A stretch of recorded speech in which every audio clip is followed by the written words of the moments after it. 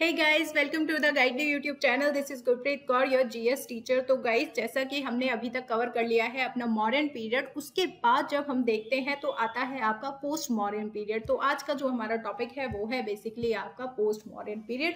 इसको हम ध्यान से पढ़ेंगे क्योंकि हमें गुप्ता पीरियड में एंटर करना है, तो आपको बीच की कड़ी जो है वो भूलनी नहीं है बिल्कुल भी। उससे पहले हम लोग देख लेते हैं कि गाइडली ने एक एक्सप्रेस वीडियो कोर्स जो है वो लॉन्च कर रखा है बहुत ही रीजनेबल प्राइस में। आप लोगों के लिए लाइफ टाइम अपॉर्चुनिटी है, लाइफ टाइम के लिए आप इसको कोर्स को परचेज कर सकते हैं क्योंकि ये बहुत ही कम प्राइस में लाइफ टाइम के लिए आपको मिल जाएगा। कोई भी क्वेरी की ज़रूरत है तो आप इस नंबर पे कॉल कर सकते हैं। डिस्क्रिप्शन बॉक्स में इस लिंक और आपको नंबर दोनों ही मिल जाएंगे, ठीक है गाइस। तो डोंट वरी, आप इस कोर्स की क्वालिटी देखें तो यहाँ पर क्विजेज जो है अपडेटेड क्विजेज हैं सारे, जो इस टाइम पे पैटर्न आता है आईबीपीएस में या फिर किसी भी बैंक एग्जाम में वो आपको देखने को मिलेगा। वीडियो लेक्चर्स हैं, यहाँ पर एचडी वीडियोस का यूज़ किया गया है और आपके जो बैचेस हैं वो लाइव बैचेस भी किए जाते हैं। डेली लाइव बैचेस जो है उसमें आप लोग अपने डाउट्स क्लियर कर सकते हैं। मॉक टेस्ट यहाँ पर दिए गए हैं आपको फ्री, और आपको पीडीएफ जो है प्रोवाइड किए जाते हैं, और वैलिडिटी आप लोग देखेंगे तो लाइफ टाइम के लिए ये वैलिड है, ठीक है गाइस। और रीजनेबल प्राइस में आप इसको खरीद सकते हैं सिर्फ 1499 में। अगर आप किसी टीचर से ही सिर्फ एक टीचर से पढ़ना चाहते हैं तो यहाँ पर इंडिविजुअल कोर्स भी ले सकते हैं। वैसे मैं सजेस्ट करूँगी कि वो आपको एक्सप्रेस वीडियो कोर्स ले क्योंकि ये बहुत ही ज़्यादा बेनिफिशियल है, ठीक है गाइस। तो स्टार्ट करेंगे हम अपना post modern period. Post modern period में आप लोग देखते हैं बेसिकली हुआ क्या था। हम लोगों ने देखा था कि नंदा डायनेस्टी चल रही थी।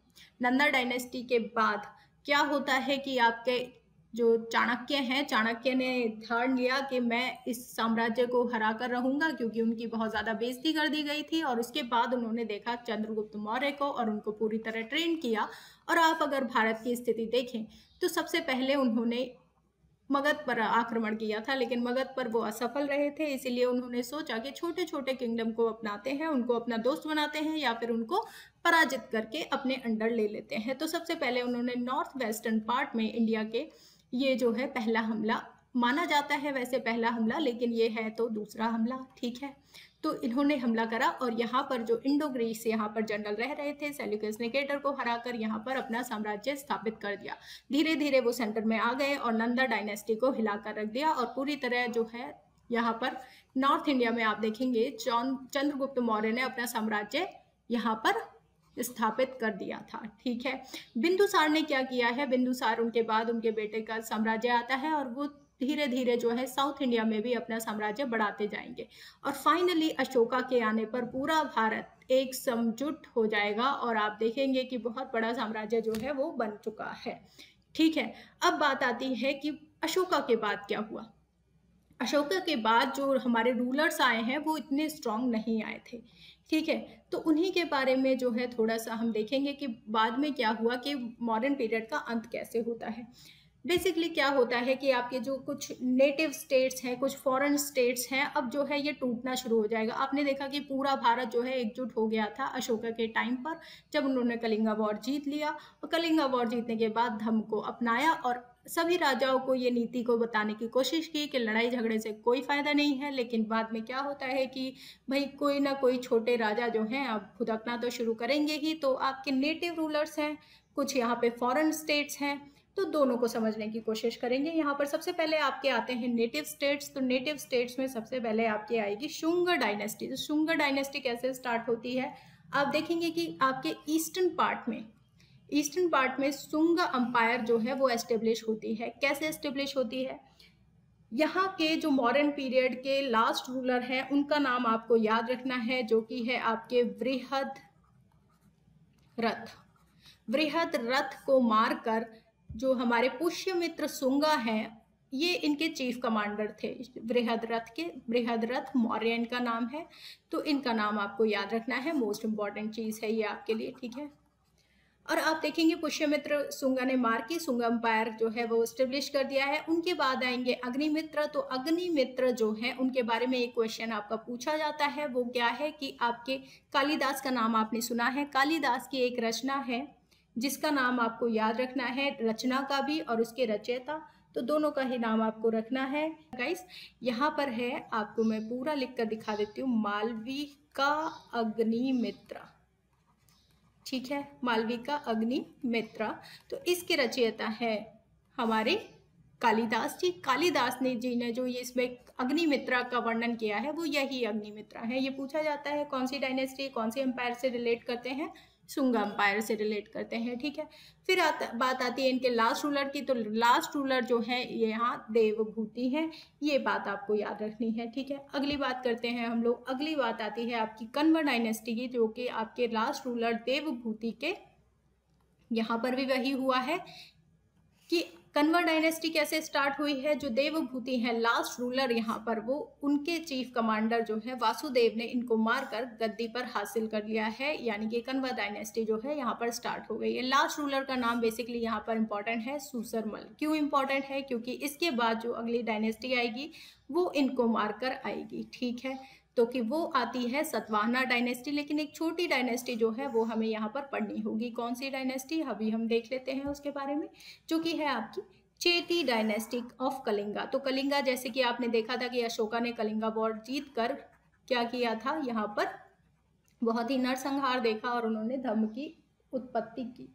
ठीक है, तो कलिंगा जो है अब यहाँ पर उभरना शुरू करेगी चेती डायनेस्टी के रूप में। ठीक है, यहाँ पर आपको क्या याद रखना है, एक चीज यहाँ पर आपको याद रखनी है कि राजा खेरवल जो है यहाँ के थर्ड राजा हैं बेसिकली कलिंगा के। ठीक है, चेती डायनेस्टी के थर्ड रूलर जो है राजा खेरवर। तो खरवेल जो है, इन्होंने जो है हस्ती गुफा लेख लिखवाया है। इसको आपको याद रखना है, किसने लिखवाया है? राजा खरवेल ने लिखवाया है। थर्ड रूलर हैं ये चेती डायनेस्टी के। इतनी बात आपको याद रखनी है, मोस्ट इंपॉर्टेंट है, एसएससी में पूछी जाती है डायरेक्ट क्वेश्चन, क्योंकि आपको पता ही है स्टेटमेंट बेस्ड क्वेश्चन जो है एसएससी में पूछे जाते हैं। अगली आती है हमारी सतवाहना डायनेस्टी। तो सतवाहना डायनेस्टी के जो रूलर हैं वो कैसे अपना साम्राज्य संभालेंगे? तो आपका सुसरमल जो है इनको मारकर आप लोग आगे की डायनेस्टी जो है वो आएगी। जैसे कि इसके फाउंडर है सिमुका, तो सिमुका ने सुसरमल को मारकर अपनी सतवाहना डायनेस्टी को स्टार्ट करा था। सतवाहना डायनेस्टी को बोला जाता है आंध्रा डायनेस्टी भी। आंध्रा डायनेस्टी बोला जाता है क्योंकि आप इसकी अगर ज्योग्राफिकल सिचुएशन देखेंगे तो आपका जो आंध्रा का रीजन है इस टाइम पर, वही इनका सतवाहनाज का रीजन हुआ करता था। ठीक है, और ये पूछा जाता है कि इसके इंपॉर्टेंट रूलर कौन है, तो आप लोग याद रखेंगे कि गौतमी पुत्र सतकर्णी जो है, जिनको राजा का टाइटल भी दिया गया था, ये यहाँ के इंपॉर्टेंट रूलर हैं।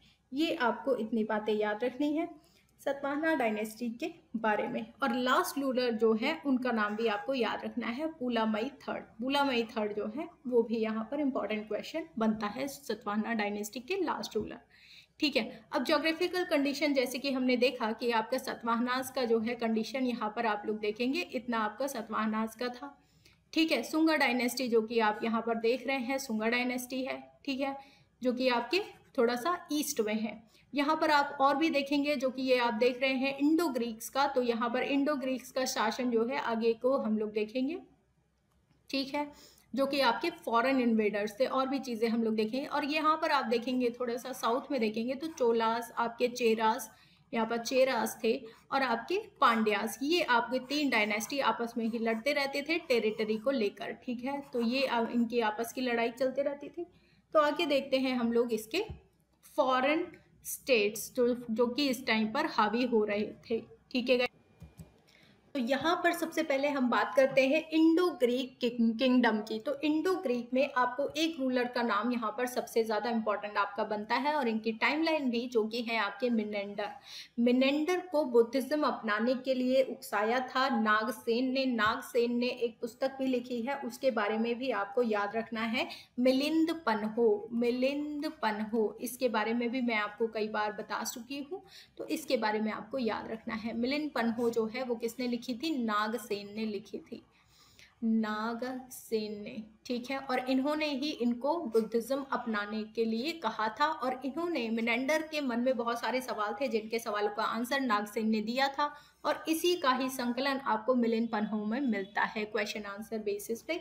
ठीक है, आगे बात आती है आपकी कुछ चीज़ें और की गई हैं यहाँ पर इंडो ग्रीक्स के टाइम पर, जो कि आपका गांधार स्कूल मिलता है। गांधार स्कूल जो कि आपके नॉर्थ वेस्टर्न पार्ट में यहाँ पर मिलता है, पाकिस्तान में है इस टाइम पे। तो यहाँ पर जो है गांधार आर्ट स्कूल जो है वो बेसिकली बेस्ड है आपके इंडो ग्रीक आर्ट पर।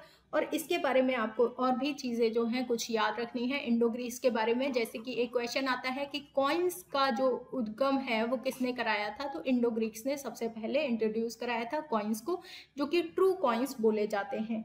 ठीक है, आगे कुछ बात करें हम लोग तो यहाँ पर आपको याद रखना है कि आपका सारी चीज़ें जो हैं ऐसे ही बेस्ड क्वेश्चन जो है यहाँ पर पूछे जाते हैं। ठीक है, आगे जो आते हैं आपके इंडो सिक्थियन, स्काइथियन भी बोला जाता है, और बेसिकली इनको सकाज बोला जाता है। तो सकाज नाम आप लोग याद रखेंगे। ठीक है, एग्जाम में यही नाम आता है। तो इनका टाइमलाइन आप देखेंगे 200 BC से 400 AD तक यह इनका टाइमलाइन रहेगा। 400 AD यानी कि 4th सेंचुरी AD आपका अब आ चुका है एनो डोमिनी।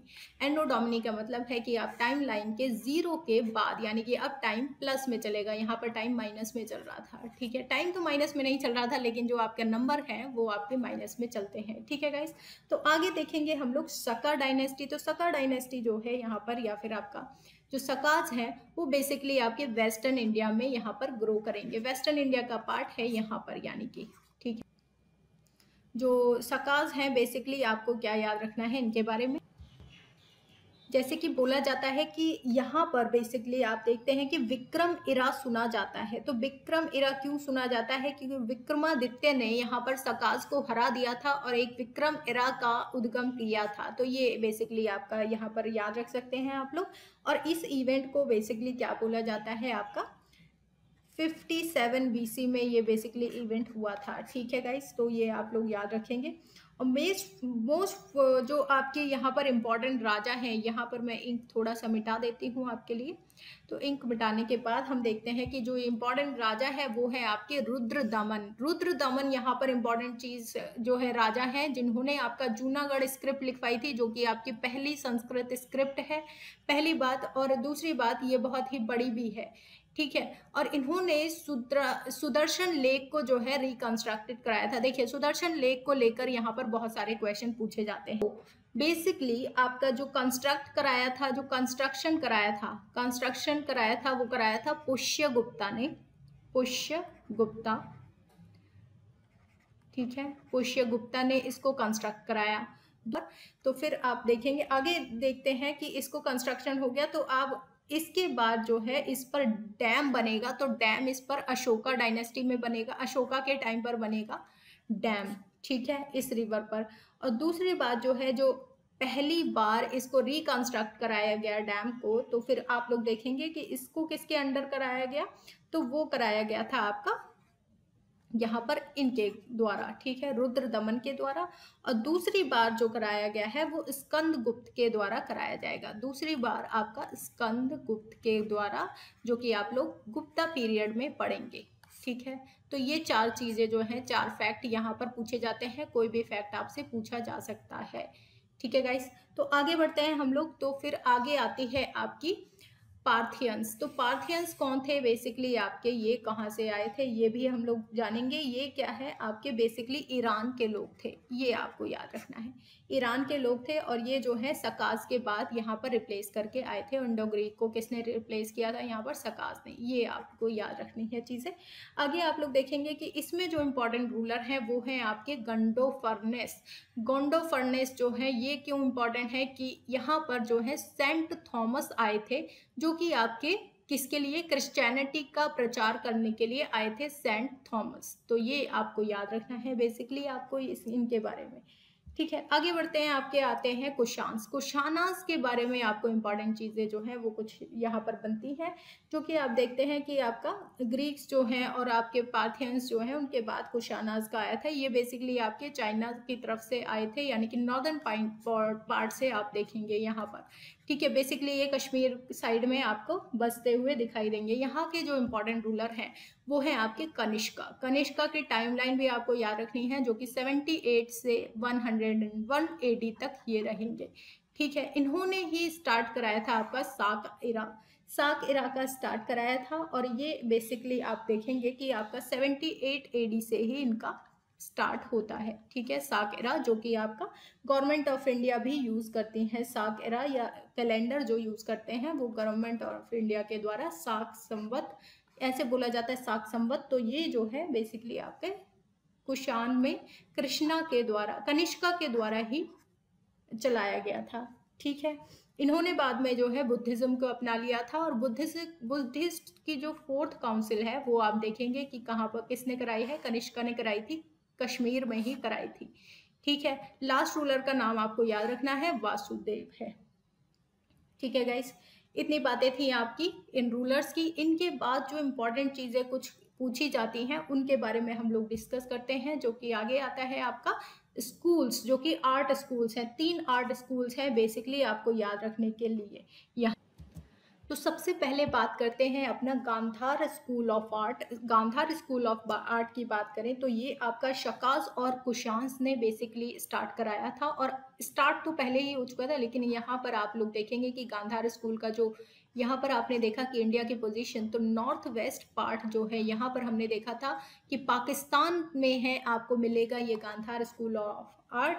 यहाँ पर बेसिकली आप लोग देखेंगे कि ये जो मूर्ति है यहाँ पर ब्लू स्टोन का बेसिकली यूज़ किया जाता था। तो आप लोग एक चीट पॉइंट यहाँ पर बना सकते हैं कि ब्लू स्टोन जो है वो गांधार के लिए है, और शकास और कनिष्का जो है यहाँ पर बेसिकली ज़्यादा कुशांस बेसिकली यहाँ पर इसका उद्गम कराएंगे। ठीक है, आगे बढ़ते हैं, हम लोग देखेंगे कि मथुरा स्कूल ऑफ आर्ट है और उसके बाद आता है अवंती स्कूल ऑफ आर्ट। तो थोड़े से इनके एग्जाम्पल देखें यहाँ पर। तो मथुरा स्कूल में आपको बेसिकली यहाँ पर देखेंगे रेड स्टोन में, रेड स्टोन, ये क्वेश्चन जो है आपका एसएससी में पूछा गया था कि रेड स्टोन्स का इस्तेमाल जो है कहाँ पर किया गया था। तो एंशियंट हिस्ट्री की बात करें तो आपका मथुरा स्कूल ऑफ आर्ट में ये आपका करेक्ट आंसर हो जाएगा। ठीक है, आगे आप लोग देखते हैं कि एक इमेज जो है, एक स्टैचू यहाँ पर हेडलेस स्टैचू ऑफ कनिष्क मिलता है, ये भी आपका मथुरा में मिलता है। ये क्वेश्चन डायरेक्ट आपका पूछा गया था एसएससी के एग्जाम में। तो आप लोग याद रखेंगे कि हेडलेस स्टैचू ऑफ कनिष्क कहाँ मिलता है, मथुरा में मिलता है। ठीक है, इंपॉर्टेंट क्वेश्चन है क्योंकि ये एंशियंट हिस्ट्री से रिलेटेड है आपके। ठीक है, आगे हम लोग अमरावती की बात करते हैं। अमरावती की बात करने से पहले थोड़ी सी यहाँ पर इंक रिमूव कर देते हैं। अमरावती का बेसिकली आपको देखना है कि ये आपको कहाँ मिलेगा।